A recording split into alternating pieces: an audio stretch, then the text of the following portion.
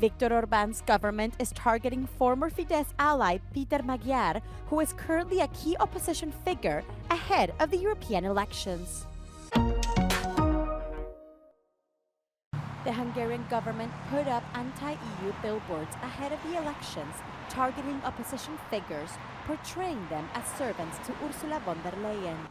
In the firing line was Péter Magyar, who not long ago belonged to the Fidesz elite. Today, he's a challenger to Viktor Orbán's party. The leader of TISA party positions himself as a centrist and hopes to give hope for those opposing Viktor Orbán's party. Férjemmel egy másfél-két éve, illetve családomban nagyon régóta téma az, hogy elmennénk innen külföldre, mert nem látjuk a jövőt, nem látjuk azt, hogy a gyermekünk illetve gyermekeink azok milyen oktatásba fognak menni, kilátástalannak látjuk az egészségügyet. Péter Magyar told Euronews that he finds it pathetic and sad that while public hospitals are in a scandalous state, the Orbán's government has spent 3.6 billion euros of public money on propaganda. Én magam jókat nevettek ezeken a plakátokon, hogy én baloldali lennék, vagy Ursula von der Leyennek lennék a bábja. Nem leszek a bábja, a TISA párt az egy erős tagállamokon nyugvó erős Európai Unióban hisz, ugyanakkor belépünk rögtön az Európai Ügyészségbe, a képviselőink pedig az Európai Néppártba fognak ülni, ahonnan kirúgták a Fideszt annó, és egy konstruktív, ám de kritikus kapcsolatra törekszünk Brüsszellel. Magyar emerged in the public eye with a social media post in February, criticizing the government shortly after Hungary's president resigned in a scandal. A kegyelmi botrány, a Novák Katalin és Varga Judit lemondása után kiírt Facebook posztóta 2,5 hónap telt el. Magyar Péter saját bevallása szerint kezdetben nem készült politikai pályára, azóta a TISA párt színeiben készül az EP választásokra.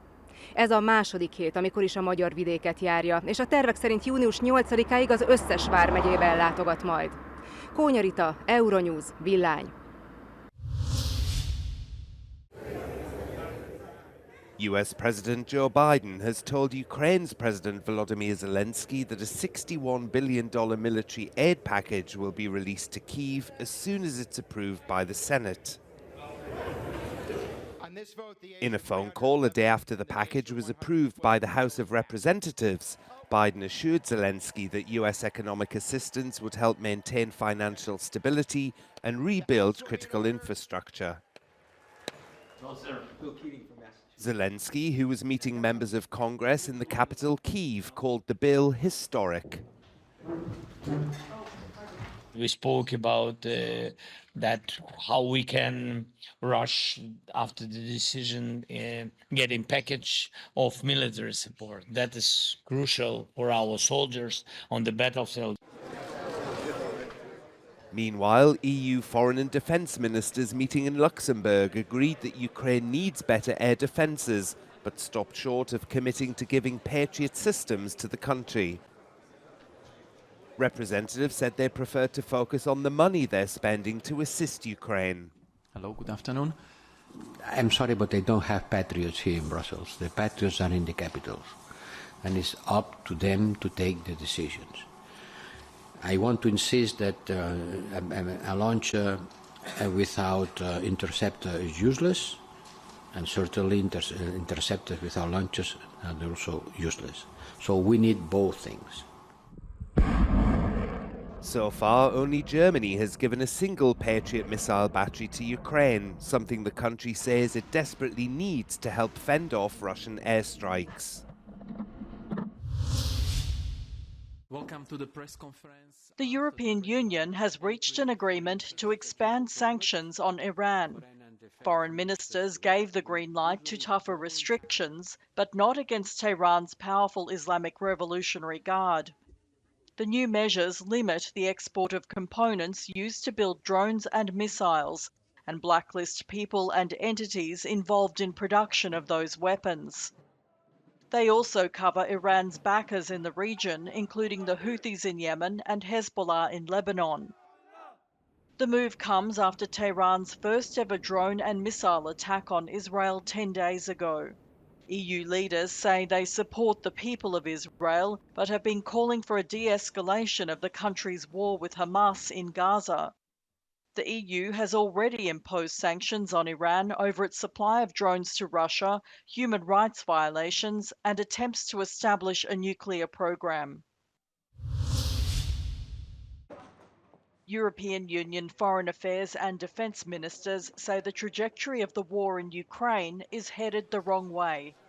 Meeting in Luxembourg, they're putting pressure on Spain, the Netherlands, Italy, Greece and Romania, all countries known to have Patriot air defence systems in storage and unused. Some leaders have resisted sending weapons to Kiev for fear of escalating the 2-year-long war with Russia and to protect their own country's security. The truth is that it's been our self-restraint that has triggered the escalation. Putin smells fear and he smells the fact that we're afraid. And, what does a fighter on a ring do when he smells that his adversary is scared? He doubles down, and that's exactly what is happening. So on the one hand, I think, conceptually even and psychologically, it's an argument that doesn't hold much water, and the evidence shows that, as I said, our self-restraint is exactly what has triggered an escalation. Last week, Ukrainian President Volodymyr Zelensky chastised countries withholding stocks of defence systems. EU Foreign Policy Chief Joseph Borrell says Russian military attacks on Ukraine are intensifying and is urging member states to do what they can to help defend the country. The figures are really appalling. The way Russia is attacking Ukraine on missiles, on drones, and on guided bombs. Just on guided bombs, the Ukrainians has reported 7,000 in 4 months, which is about 16 guided bombs a day. And this is a constant shelling in the east. It's part of the Putin's strategy. On the other hand, it's clear that Ukraine lacks weapons to self-defense and to reject the Russia aggression. It's not clear how many air defence systems are available in the EU. President Zelensky is asking for 7 to protect the main cities against Russian airstrikes. European Parliament President Roberta Metsola has spoken to Euronews, saying she's ready to waive immunity of MEPs allegedly involved in the Russian influence scandal. EU politicians are accused of being paid to spread pro-Russian propaganda. Metsola says she needs more information, including names. We continue to wait for information to be received from national authorities, because this would require any waiver of immunity being adopted by this House. Investigations that would need to take place, like had happened in the past, that would require national authorities to ask. We're waiting for that, and when that happens, we will do our job as we've always done. It's not the only scandal to mar the current term. The European Parliament's Vice President is one of the main suspects in the Qatar Cash for Favours scheme. She faces charges including corruption and money laundering.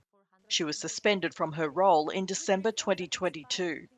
We had a choice that day. Either we say that this is something that would happen in any parliament, or that we look at the party political colour, or that we look at the country involved, but I refused to do that. I said, this House needs to move on. This House needs to make sure that if something like this had to happen again, then firewalls would be put in place and alarm bells would be sounded. It took a very long time, both to go through the motions of what needed to be done. The final plenary session is being held this week before the European elections in June. Now you have a choice. You either decide who you want to sit in these chairs, or you let others decide for you. Citizens of EU member countries will head to the polls to elect 720 politicians to the European Parliament between June 6 and June 9.